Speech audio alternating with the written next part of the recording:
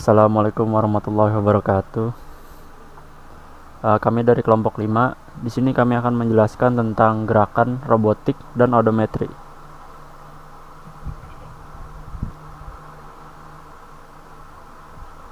Gerakan robotik dan odometri. Algoritma robotika pada bab-bab sebelumnya bereaksi terhadap data dari sensor mereka dengan mengubah kecepatan dan arah gerakan mereka. Tetapi perubahannya tidak bersifat kuantitatif. Para ahli tidak mengharuskan robot bergerak 2 kali lebih cepat atau berbelok 90 derajat ke kanan. Robot di dunia nyata harus bergerak ke lokasi tertentu dan mungkin memiliki batasan teknik tentang seberapa cepat atau lambat mereka dapat bergerak atau berbelok. Bab ini menyajikan matematika dari gerakan robot. Jarak, kecepatan, dan waktu. Misalkan, sebuah robot bergerak dengan kecepatan konstan 10 cm per detik untuk jangka waktu selama 5 detik. Satu jarak yang ditempuh adalah 50 cm. Secara umum, jika robot bergerak dengan kecepatan konstan, yaitu kecepatan v konstan, selama periode waktu t, maka jarak yang ditempuh adalah S sama dengan V kali T. Ketika daya diberikan pada motor, hal ini menyebabkan roda berputar, yang pada gilirannya menyebabkan robot untuk bergerak dengan kecepatan tertentu. Karena S sama dengan V kali T, maka cukup untuk mengukur dua dari besaran-besaran ini untuk menghitung yang ketiga. Jika kita mengukur jarak dan waktu, kita dapat menghitung kecepatan sebagai V sama dengan S per T. Jarak yang relatif pendek dapat diukur secara akurat hingga 1 cm dengan menggunakan penggaris atau meteran. Aplikasi stopwatch pada smartphone dapat mengukur waktu secara akurat, yaitu per 100 detik. Akselerasi sebagai perubahan kecepatan, di mana kita akan menemukan bahwa jarak yang lebih jauh, maka kecepatannya akan dekat satu sama lain. Tetapi untuk jarak yang lebih pendek, kecepatannya akan berbeda jauh. Alasannya adalah pada rumus V sama dengan S per T, yang mengasumsikan bahwa kecepatannya konstan sepanjang seluruh jarak. Pada kenyataannya, sebuah kendaraan harus berakselerasi mengubah kecepatannya untuk bergerak dari diam ke kecepatan konstan. Demikian pula, sebuah kendaraan harus melambat untuk berhenti. Untuk mendapatkan gambaran yang benar tentang gerakan robot, kita perlu membagi gerakannya menjadi segmen-segmen kecil, contohnya S1, S2, dan seterusnya, dan mengukur jarak dan waktu untuk setiap segmen secara individual. Kemudian, kita bisa menghitung kecepatan untuk setiap segmen. Dalam simbol, jika kita menyatakan panjang segmen, si SI dengan delta SI sama dengan XI plus 1 dikurang XI, dan waktu yang dibutuhkan robot untuk melintasi segmen SI dengan delta TI sama dengan TI plus 1 dikurang TI, maka VI sama dengan delta SI per delta TI. Ketika pengaturan daya robot diatur ke nilai tetap, gaya yang diterapkan ke robot konstan dan berharap akselerasi tetap konstan agar meningkatkan kecepatan. Namun pada titik tertentu, akselerasi dikurangi menjadi 0, artinya bahwa kecepatan tidak lagi meningkat, karena daya yang diberikan ke roda hanya cukup untuk mengatasi gesekan jalan dan hambatan angin. Selanjutnya dari segmen hingga gerakan berkelanjutan.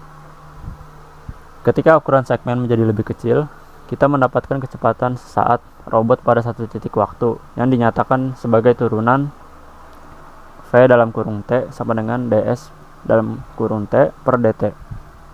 Demikian pula akselerasi saat robot didefinisikan sebagai A dalam kurung T sama dengan dv dalam kurung T per dt.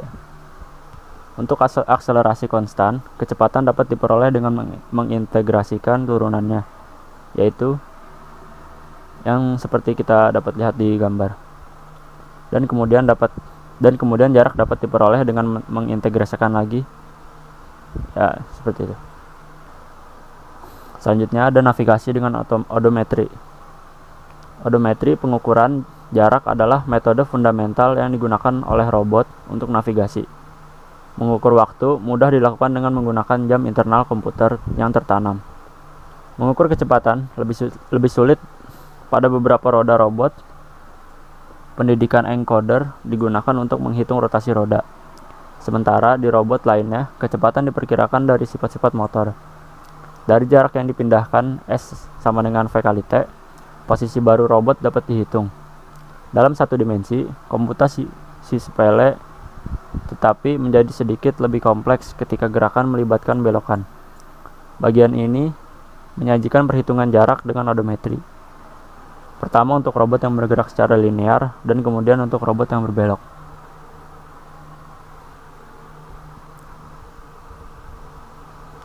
Kerugian dari odometri adalah bahwa pengukurannya tidak langsung, yang menghubungkan kekuatan motor atau gerak roda dengan perubahan posisi robot.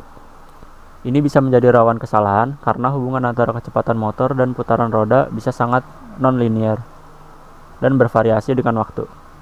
Selain itu, roda dapat tergelincir sehingga mungkin ada kesalahan dalam menghubungkan gerakan roda dengan gerakan robot. Perkiraan posisi yang lebih baik dapat diperoleh dengan menggunakan sistem navigasi inersia yang secara langsung mengukur percepatan dan kecepatan sudut yang dapat digunakan untuk menentukan posisi robot. Odometri adalah bentuk lokalisasi di mana robot harus menentukan posisinya dalam lingkungan. Dalam odometri, kita dapat menentukan posisi dengan mengukur perubahan dari posisi awal robot yang diketahui. Sedangkan lokalisasi mengacu pada penentuan dari posisi robot relatif terhadap posisi yang diketahui dari objek lain seperti landmark atau beacon. Linear odometri. Ketika hubungan antara daya motor kecepatan V telah ditentukan, robot dapat menghitung jarak yang ditempuh oleh S sama dengan V kali T. Jika dimulai pada posisi 0,0 dan bergerak lurus panjang sumbu X, maka setelah T detik, posisinya baru adalah VT kali 0. Data ini menunjukkan bahwa pengukuran jarak dengan odometri dapat dilakukan dengan presisi dan akurasi yang wajar. Mobil self-driving dapat menggunakan odometri untuk menentukan posisinya sehingga tidak perlu menganalisis data sensornya secara terus-menerus untuk memeriksa apakah jalan yang diperlukan telah tercapai. Mengingat ketidakpastian gerak dan jalan raya, mobil seharusnya tidak hanya bergantung pada odometri untuk memutuskan kapan harus berbelok, tapi kesalahannya tidak akan besar dan data sensor dapat dianalisis untuk mendeteksi belokan ketika odometri menunjukkan bahwa mobil berada di sekitar persimpangan. Meminta Anda mengukur jarak yang ditempuh dalam satu dimensi. Tiga item informasi perlu dihitung jika gerak dalam dua dimensi, itu posisi robot X, Y, relatif terhadap asal tetap dan arahnya. Arah masuk yang ditunjuk robot adalah triple X, Y, 0.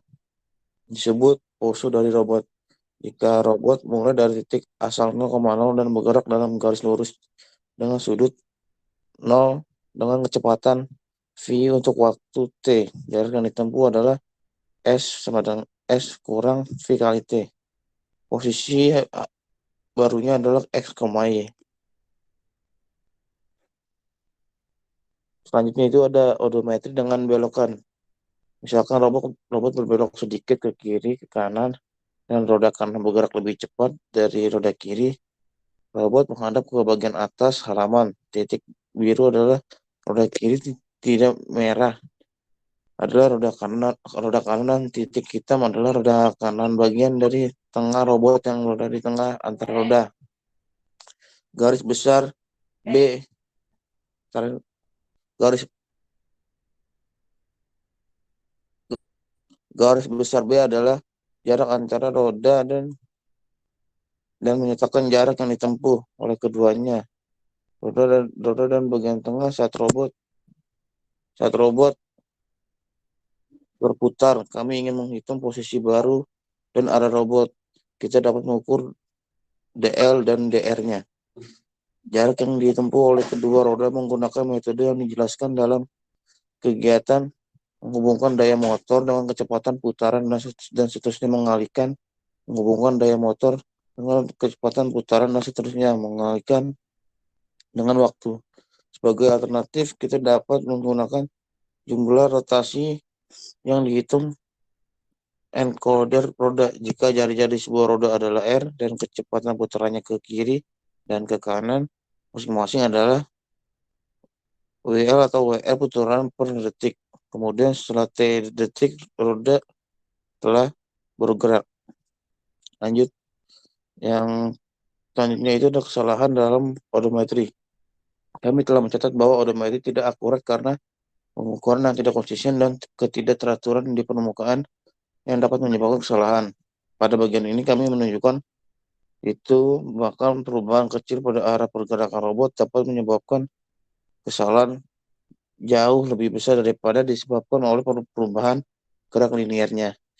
Untuk menyederhanakan penyajiannya, mari kita asumsikan sebuah robot bergerak sejauh 10 meter dari asal sistem koordinator sepanjang sumbu X dan kemudian sekelilingnya objek tertentu. Apa efek dari kesalahan hingga pi% jika kesalahan ada di pengukuran X jarak yang ditempuh, maka delta X kesalahan dalam X. Lanjut, yang terakhir itu ada encoder roda. Odometri pada kendaraan beroda seperti mobil dapat ditingkatkan dengan mengukur putarannya roda alih-alih memetakan tenaga motor menjadi kecepatan. Lingkar roda adalah 2pi kali R, di mana R adalah jari-jari roda dalam sentimeter. Jika N rotasi adalah dihitung, kita tahu bahwa robot telah bergerak 2pi NR cm. Encoder dapat dibuat mengukur pecahan revolusi. Jika sinyal dihasilkan 8 kali per revolusi, jarak yang dipindahkan adalah 2pi NR per 8 cm, di mana N sekarang adalah jumlah sinyal yang dihitung komputer. Ada banyak cara berbeda untuk menerapkan encoder roda. Desain yang populer dengan menggunakan sumber cahaya seperti LED, emitter, diode, atau disebut LED. Sensor cahaya dan disk pengkoder yang terpasang pada sumbu roda. Disknya adalah dilubangi sehingga setiap kali lubang berlawanan arah dengan cahaya sumber, sensor menghasilkan sinyal. Ya, selanjutnya 5.9 yaitu Inertial Navigation System.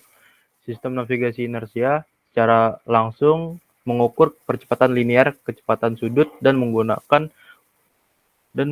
untuk menentukan tujuan kendaraan.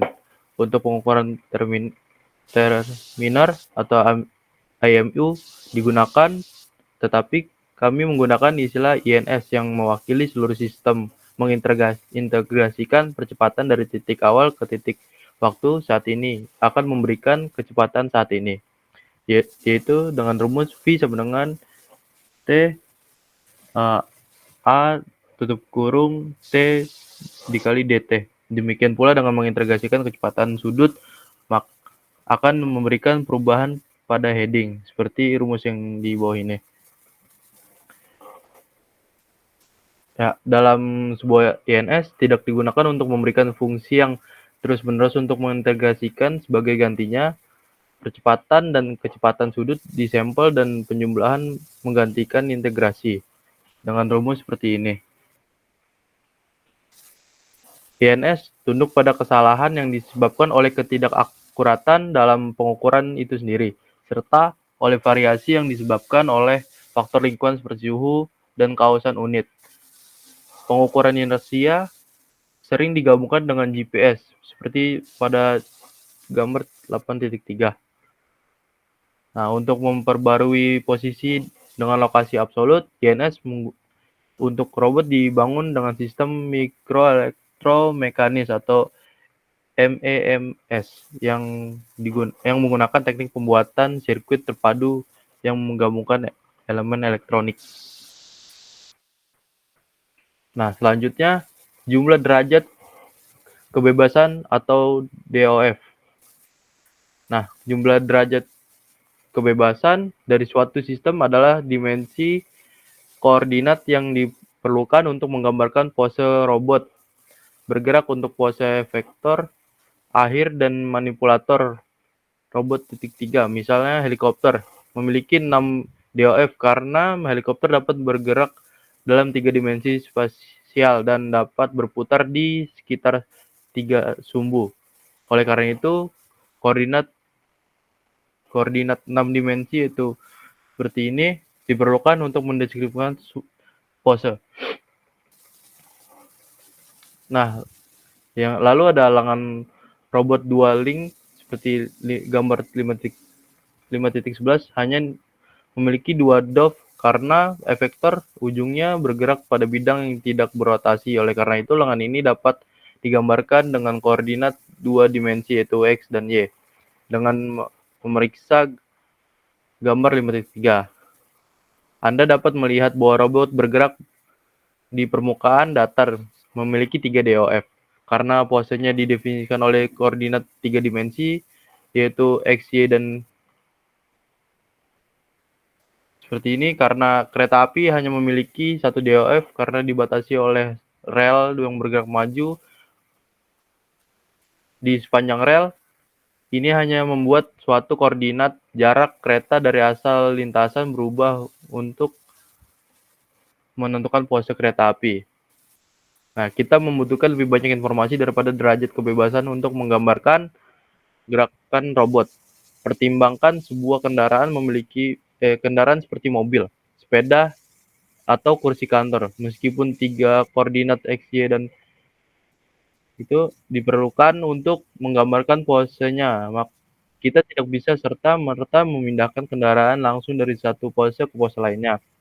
Sebuah kursi kantor dapat digerakkan secara langsung ke titik manapun dari bidang dan diorientasikan ke segala arah. Sebuah mobil atau sepeda di 2,0,0 derajat menunjukkan sepanjang sumbu X positif tidak dapat digerakkan secara langsung ke atas sumbu Y, yaitu ke 2,2,0 derajat diperlukan manuver yang lebih kompleks. Nah, lalu ada relative number of aktuator dan DOF. Yang pertama itu, mari kita menganalisis sistem di mana jumlah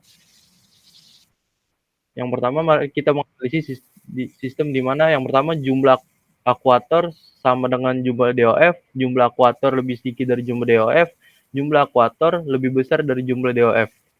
Jumlah akuator sama dengan DOF. Sebuah kereta memiliki sebuah akuator mesinnya yang menggerakkan kereta di sepanjang 1 DOF dengan lengan robotik 2 garis seperti gambar 5.11 memiliki 2 akuator dan 2 DOF. Gripper robotik dapat dibuang dengan 3 motor yang memutar gripper di masing-masing dari 3 orientasi, yaitu roll, pitch, dan yaw. Keuntungan memiliki sebuah akuator dan DOF yang sama adalah bahwa sistem ini relatif mudah dikendalikan. Setiap akuator diperintahkan secara individual untuk menggerakkan robot ke posisi yang diinginkan dalam DOF yang dikontrol.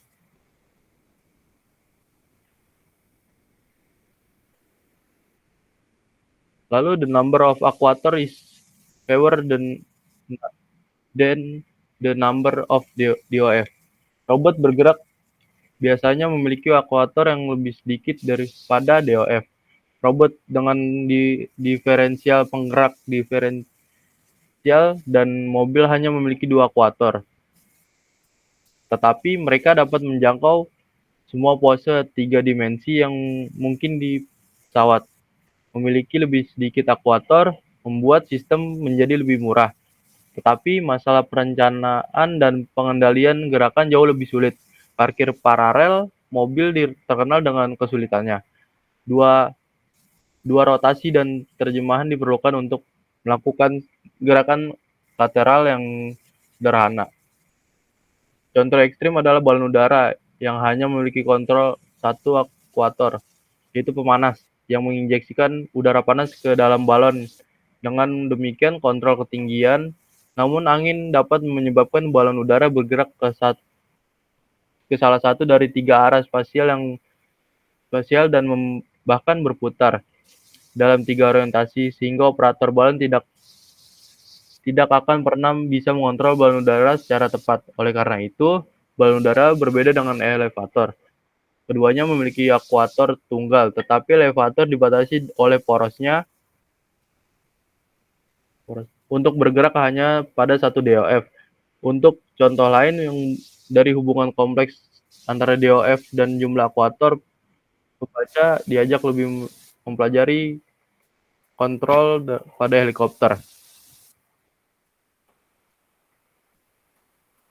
Selanjutnya, the number of actuator is greater than number of DOF. Tampak dari sebuah ide yang baik untuk memiliki banyak akuator daripada DOF, tetapi dalam praktiknya konfigurasi seperti itu sering kali digunakan. Seperti gambar 5.13 yang A, B memiliki banyak akuator daripada DOF. Lengan manipulator robot pada gambar 5.13a memiliki 4 tautan yang berputar di bidang dengan akuator motor A.1, A.2, A.3, dan A.4 pada sambungannya. Kita asumsikan bahwa efektor akhir dipasangkan pada link dari A.4 dan tidak dapat berputar, sehingga pose ditentukan oleh posisi X dan Y, orientasi yang tepat. Oleh karena itu, meskipun lengan memiliki 4 akuator, ia memiliki hanya 2 DOF karena hanya dapat menggerakkan efektor akhir secara horizontal dan vertikal. Robot bergerak dengan lengan memiliki 3 akuator, motor yang menggerakkan robot maju dan mundur, motor untuk masing-masing 2 sendi yang berputar.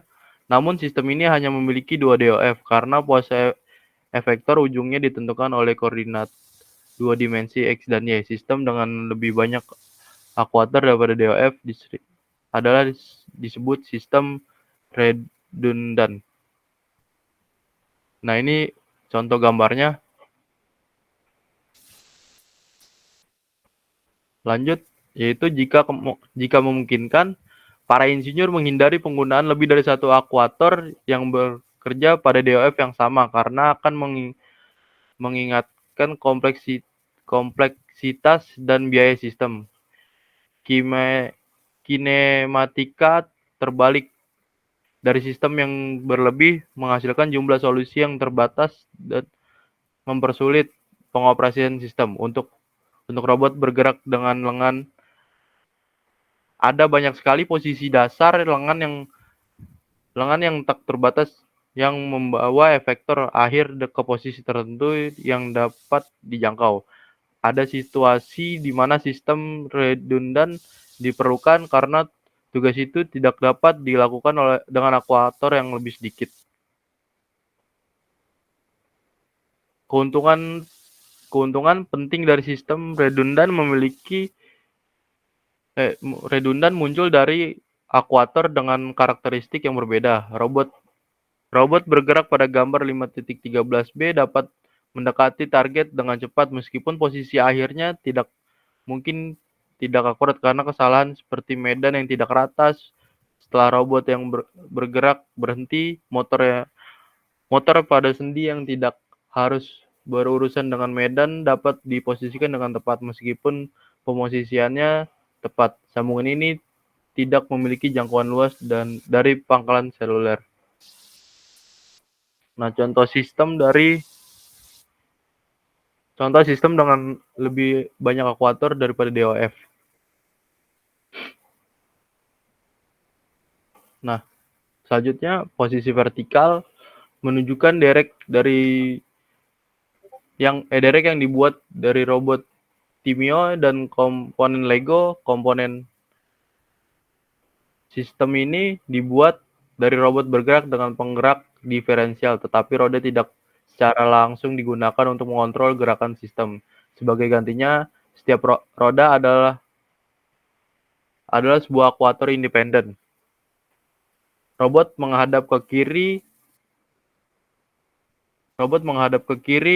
roda yang digerakkan ke kanan pada gambar 5.13. persegi panjang hitam yang di bagian atas dan tersembunyi di bagian robot di tampilan samping. Mengontrol sepasang roda jalan abu-abu yang menggerakkan robot dengan cepat ke depan dan ke belakang secara bergantian. Hal ini menyebabkan kabel memindahkan beban dengan cepat ke atas dan ke bawah. Roda dijalankan pada struktur berwarna biru yang dipasangkan pada tubuh robot. Ada beberapa opsi untuk mentransfer daya dari roda yang digerakkan ke kanan dan ke jalan, gesekan katrol dan sabuk, dan roda gigi. Setiap opsi memiliki kelebihan dan kekurangan. Ketiganya digunakan di mobil. Kopling menggunakan gesekan, sabuk digunakan untuk mengatur waktu untuk menjalankan komponen tambahan seperti pompa air. Roda gigi digunakan dalam transmisi untuk mengontrol torsi yang diterapkan ke setiap roda. Roda yang digerakkan ke kiri mengontrol winch untuk yang menggulung atau membuka gulungan kabel yang terpasang, beban yang bergerak naik turun di atas bantalan tetap. Winch memiliki diameter jauh lebih kecil dari diameter roda yang digerakkan, sehingga dapat memindahkan beban sedikit demi sedikit saat roda berputar. Nah, ini 5.12 yaitu holonic and non-holonic motion.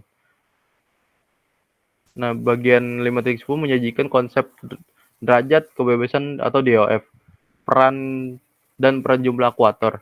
Ada konsep lain yang menghubungkan DOF dan akuator dalam kasus robot bergerak, derajat mobil atau DOM. Derajat mobilitas Ohm dan sesuai dengan jumlah derajat kebebasan yang dapat diakses langsung oleh akuator robot. Robot dengan penggerak diferensial memiliki 3 DOF. 2 akuator adalah 2 robot yang bekerja pada roda. Mereka dapat secara langsung mengakses 2 DOF. A. Jika kedua roda berputar dengan kecepatan yang sama, robot bergerak maju atau mundur. B. Jika roda memiliki kecepatan yang berlawanan arah, robot berputar di tempat. Oleh karena itu,